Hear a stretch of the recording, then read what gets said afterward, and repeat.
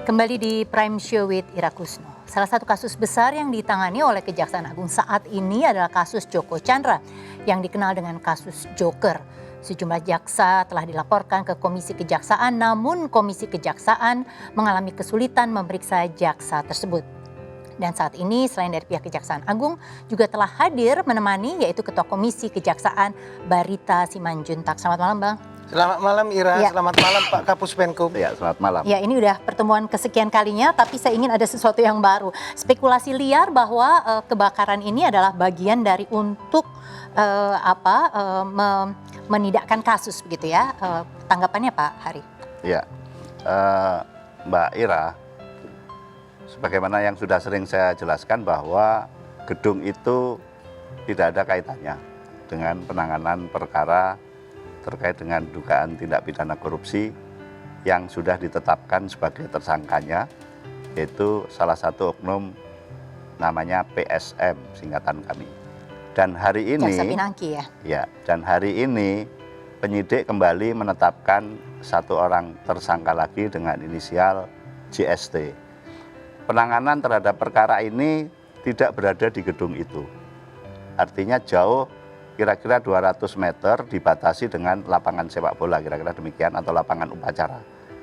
Sehingga tidak mengganggu proses penanganan perkara itu. Oke, secara berkas dan sebagainya apakah sama sekali tidak ada yang berada di gedung Kejaksaan Agung, ya, Pak? Iya, tidak ada, karena gedung itu, gedung utama Kejaksaan Agung itu ditempati oleh unsur pimpinan untuk lantai 2, lantai 1 saya katakan tadi adalah aula, kemudian lantai 2 Jaksa Agung dan Wakil Jaksa Agung, ada aula lagi yang khusus untuk pelantikan, lantai 3, 4 itu adalah bidang intelijen, lantai 5 dan 6 itu bidang pembinaan, sehingga tidak ada kaitannya dengan penanganan perkara. Okay. Penanganan perkara di gedung Pitsus dengan di gedung Pitsus yang jaraknya relatif cukup jauh.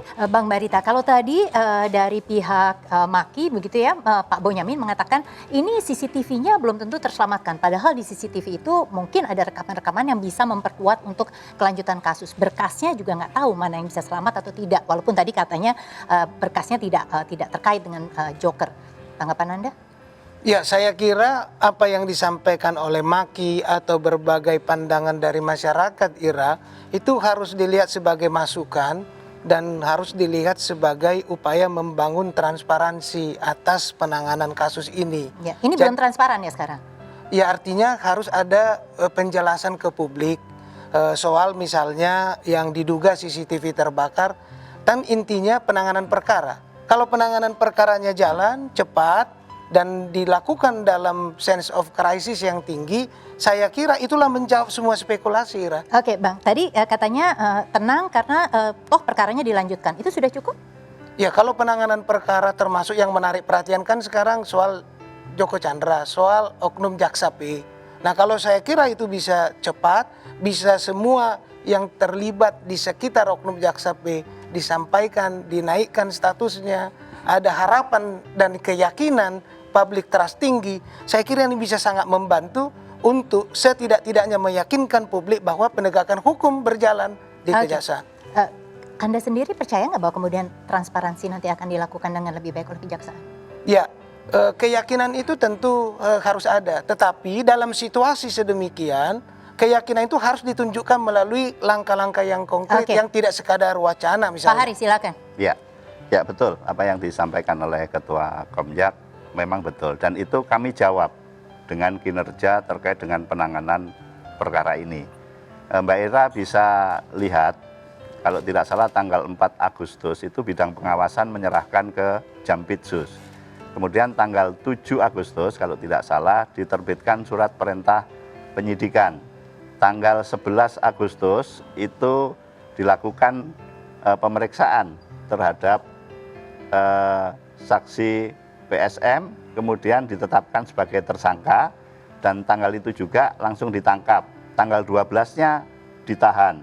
Kemudian tanggal 27 hari ini ditetapkan lagi sebagai orang yang diduga memberi. Karena Jaksa P kan menerima, berarti ada yang memberi. Oleh karena itu kami akan transparan, silahkan masyarakat mengawal. Sudah cukup transparan, sudah cukup cepat apa yang dilakukan, Bang? Ya, saya kira di titik ini kan tidak bisa berhenti di sini.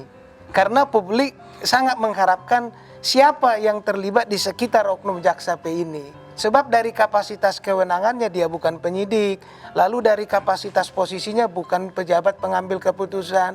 Tapi kenapa terpidana buron bisa berdialog, bisa berkomunikasi, ada apa? Oke. Nah itulah yang saya kira tahapan untuk menuju ke situ harus dipercepat. Ada berkas yang kemudian tadi katanya memang bisa jadi ini terselamatkan gitu. Anda percaya terhadap hal itu bahwa tidak ada berkas misalnya yang terbakar dan sebagainya terkait dengan kasus-kasus besar? Kalau prosesnya berjalan, tadi Pak Kapus Penkum sudah cukup bagus menjelaskan bahwa ada dua hal. Pemberi dan penerima suap sudah. Namun materi yang di dalam tanda petik ditransaksikan itu apa objeknya?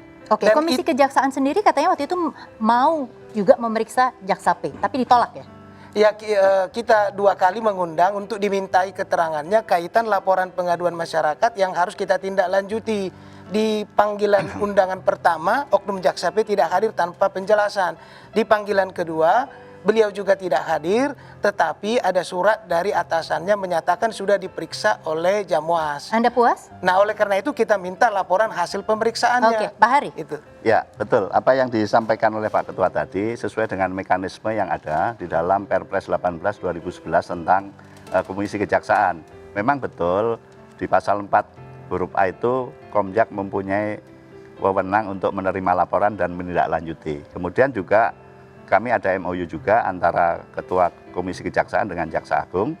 Ketika sering terjadi laporan itu ada yang dikirim ke Komisi Kejaksaan, ada yang dikirim ke Jaksaan Agung. Ketika Komisi Kejaksaan menerima laporan pengaduan itu, saya membaca di MOU itu biasanya komisioner akan rapat dan menyerahkan pemeriksaannya kepada Kejaksaan Agung.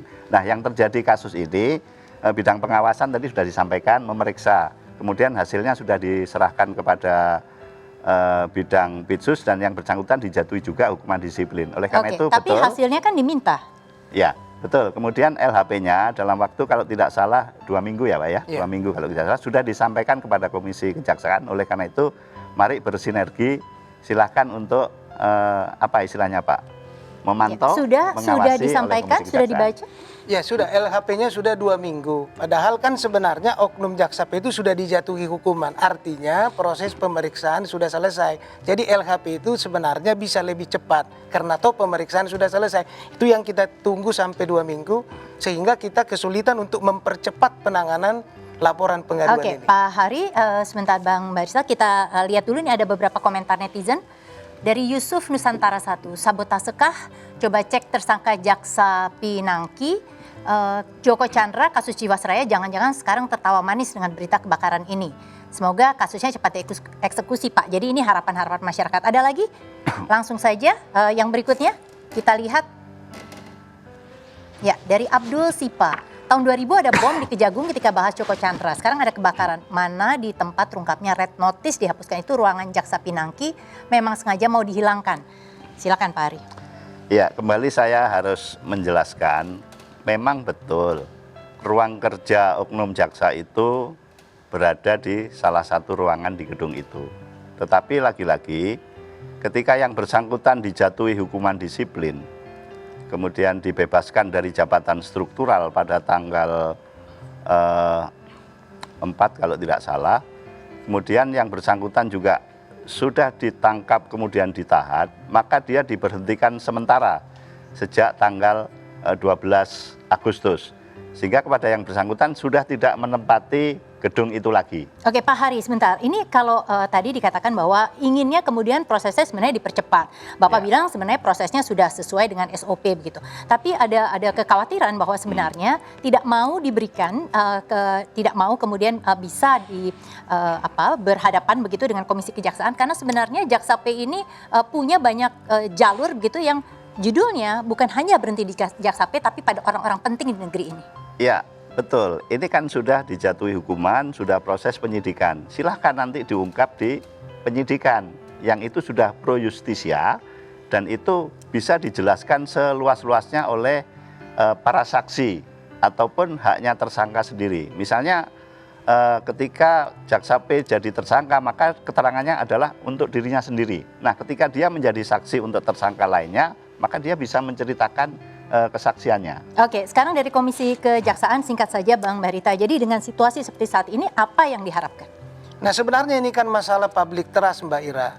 Public trust masyarakat terhadap kejaksaan itu harus dijaga. Sebab inti dari penegakan hukum itu adalah bagaimana masyarakat mempercayai bahwa penegakan hukum, lembaga penegak hukum seperti kejaksaan misalnya transparan dalam penanganan perkara ini dan berani keras kepada oknum jaksa yang melanggar ditindak. Dan siapa saja yang terlibat di situ diungkap. Tadi disebutkan ada pemberi dan penerima suap. Yang materi yang dalam tanda petik ditransaksikan itu berada di ranah mana? Apakah di ranah MA atau di ranah kejaksaan? Ini yang harus diungkap supaya publik yakin dan memiliki public trust. Nah, yang memiliki kemampuan untuk meyakinkan publik itu adalah lembaga independen.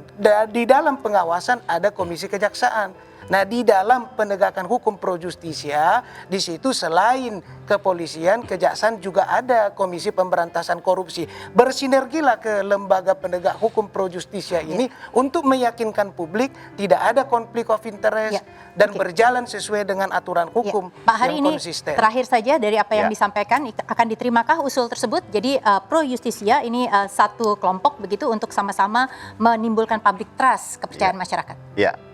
Memang betul sudah ada namanya Korsup ya, koordinasi dan supervisi. Dan saatlah kami akan membuktikan, menjawab keraguan masyarakat bahwa institusi kami akan melaksanakan tugas ini dengan transparan. Siapapun yang nanti terlibat dalam tanda petik, dibuktikan dengan alat bukti yang ada, tentu kami tidak akan melepas itu. Oke, Pak Hari, terima kasih.